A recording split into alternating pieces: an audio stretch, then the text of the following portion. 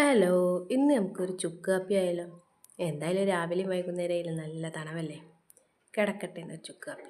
അങ്ങനെ നമ്മുടെ ചുക്ക് കാപ്പിക്കുള്ളത് കാപ്പി ഞാൻ തിളയ്ക്കാൻ വേണ്ടി വെച്ചിട്ടുണ്ട് കേട്ടോ. പിന്നെ നമ്മുടെ ലാലേട്ടൻ പറഞ്ഞ പോലെ തുളസിയുടെ ഇലയും പനിക്കൂർക്കയുടെ ഇലയും എല്ലാതും ഇട്ടിട്ടുണ്ട്. പിന്നെ നമ്മുടെ കുരുമുളക് പൊടി, ഏലക്കായ. ഏലക്കായ അധികം വേണ്ട, കുറച്ച് മതി.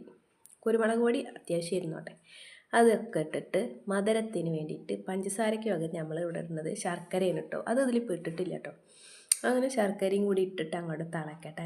അവിടെ തിളച്ചിട്ട് ഈ തുളസിയുടെയും പനിക്കൂർക്കയുടെയും എല്ലാത്തിൻ്റെയും നീര് ഔഷധ ഗുണങ്ങളും എല്ലാതും ഈ കാപ്പിയിലേക്കാണ്ട് ഇറങ്ങി ചെന്ന് കഴിഞ്ഞിട്ട് ഇതങ്ങോട്ട് ഒരു ഗ്ലാസ് ചൂടോടൊക്കെ കുടിച്ചാണല്ലോ ഒരുമാതിരിപ്പെട്ട എല്ലാ അസുഖങ്ങളൊന്നും പറയണ്ട. ഇനിയിപ്പോൾ അതിനായിട്ട് ആൾക്കാർ പാഞ്ഞു വരും. വേണ്ട. ജലദോഷം ചുമ അങ്ങനെയുള്ള ചിലവർക്ക് ഇതാണ് കുടിച്ചാൽ എല്ലാ അസുഖങ്ങളും മാറുന്നതാണ് പഴയ ആൾക്കാരെ ഒരു ഇത്. എന്തായാലും നമ്മുടെ കട്ടൻ കാപ്പി ഇത് റെഡി ആയിട്ടുണ്ട്. ഒരു ഗ്ലാസ്സിലേക്ക് ചോദിച്ചിട്ടുണ്ട്, നമുക്ക് കുടിക്കാം.